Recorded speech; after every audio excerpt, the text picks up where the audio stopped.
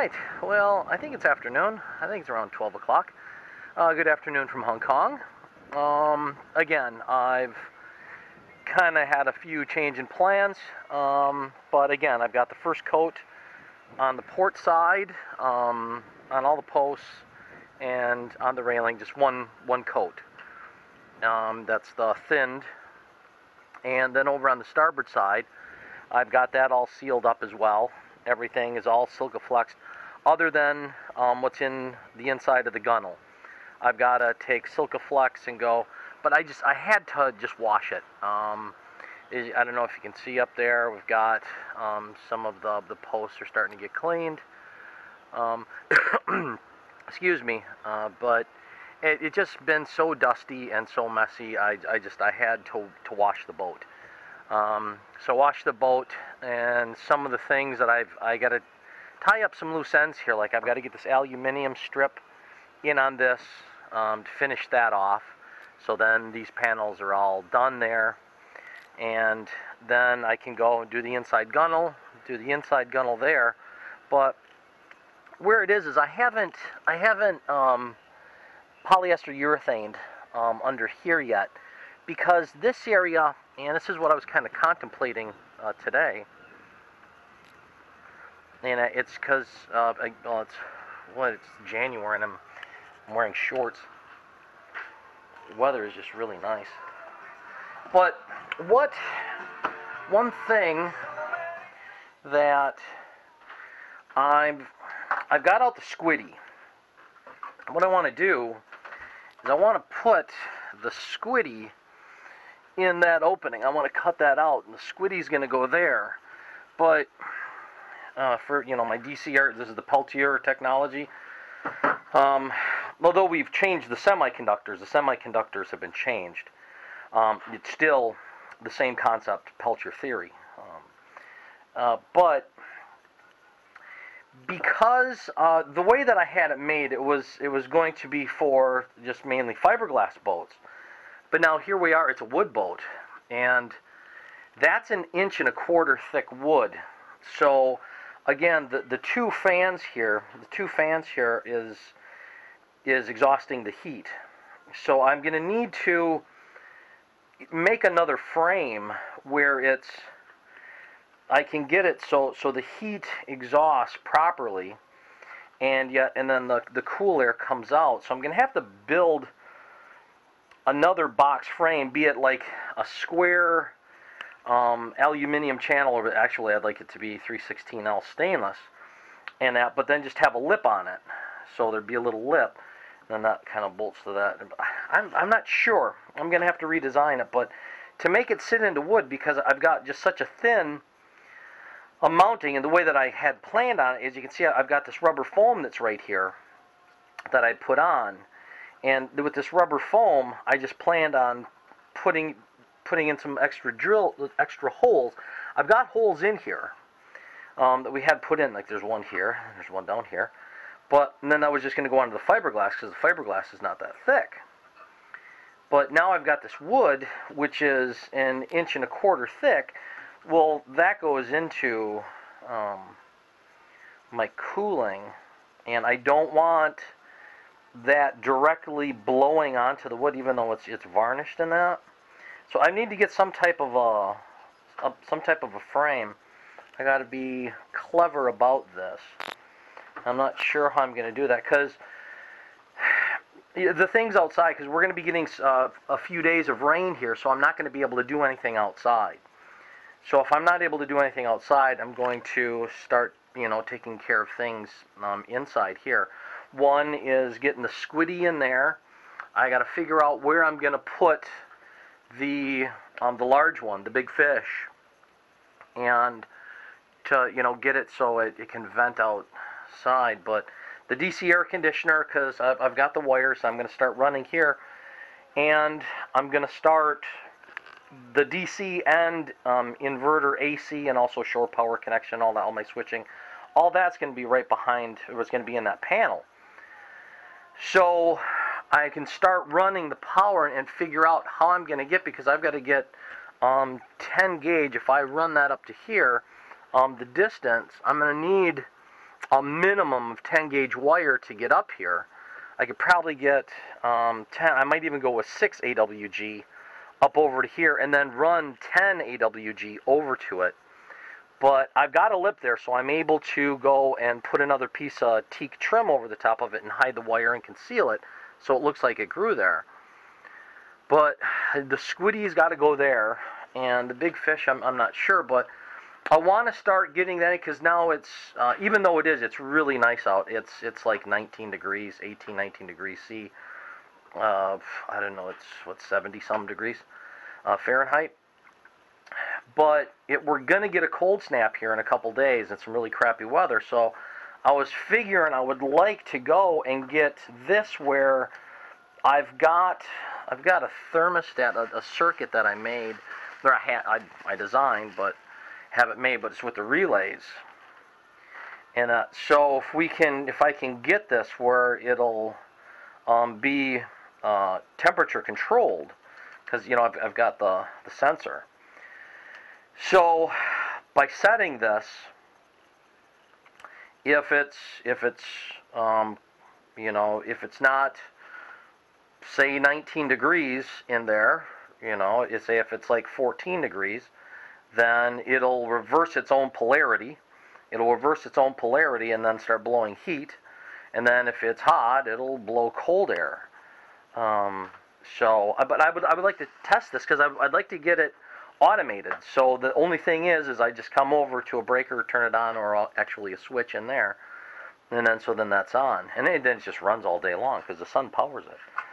Well, the sun feeds the solar panels that feed that.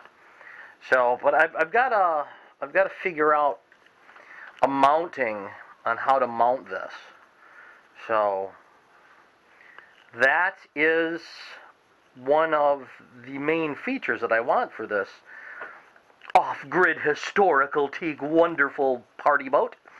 But again, the air conditioning and climate control, heat and cooling, and that because I also in this again I've got a weep hole that's in here for on the cold side, and I've got the weep hole, and that is on an angle, and that's on an angle it's kind of facing in, so actually nothing would be running out, it would be running onto the bed.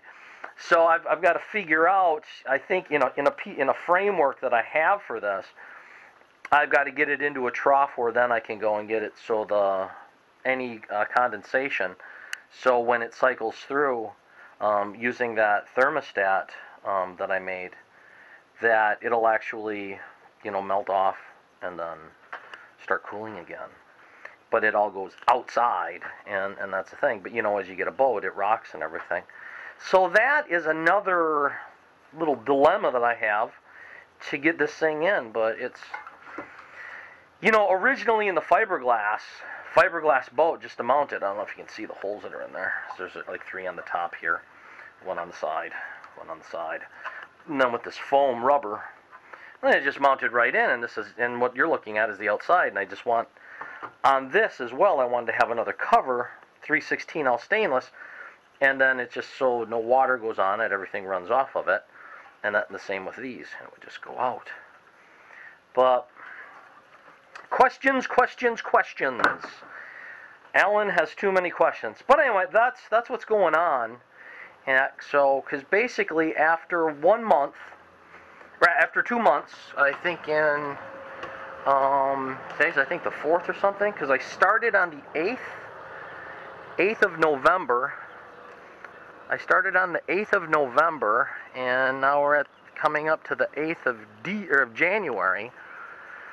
And she's come a long way on that, but I'm kind of jumping back and forth. I don't like doing that, but weather permitting and things like that, and also necessity.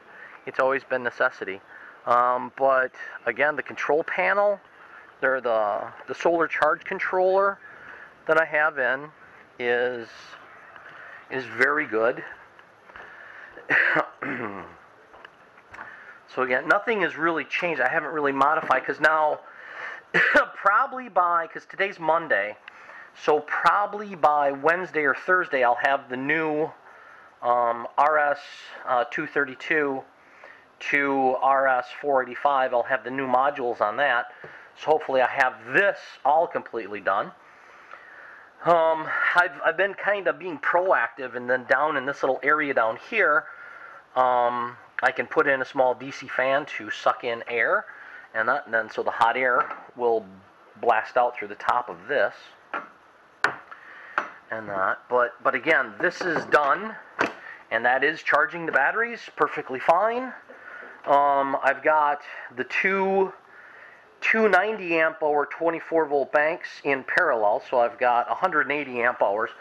And right now, over the course of an evening, for the refrigerator, because that's on a timer, the computer is only on when I need it, and things like that.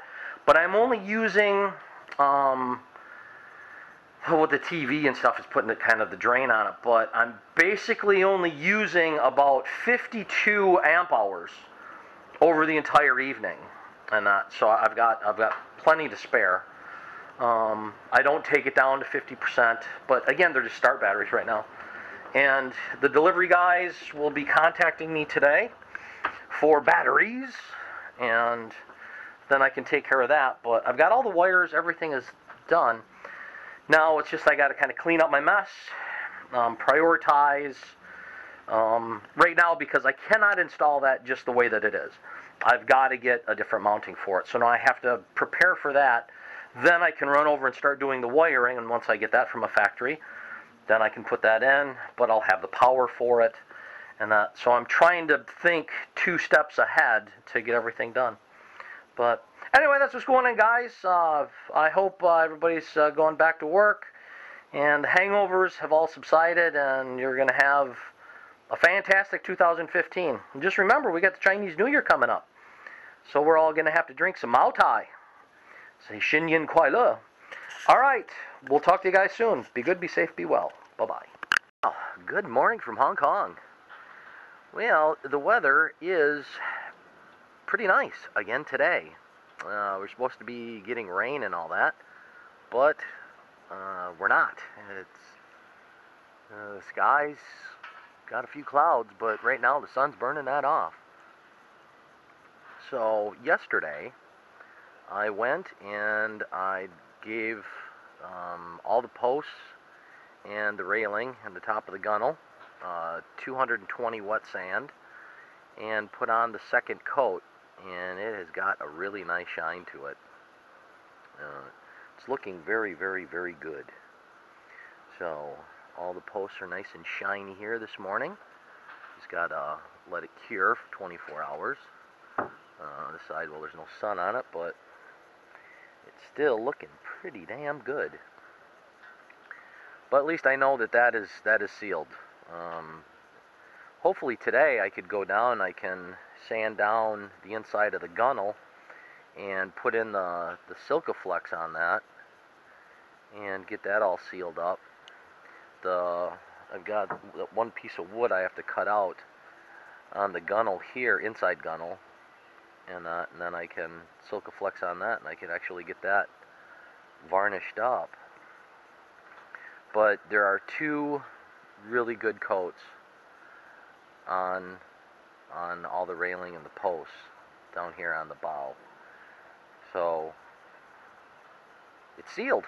That makes me happy.